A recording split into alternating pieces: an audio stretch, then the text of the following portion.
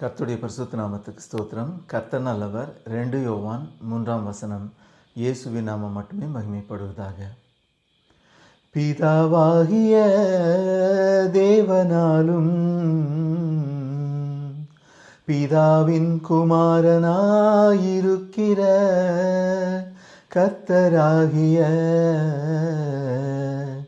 இயேசு கிறிஸ்துவினாலும் கிருபையும் இரக்கமும் சமாதானமும் சத்தியத்தோடும் அன்போடும் கூட உங்களோடு இருப்பதாக.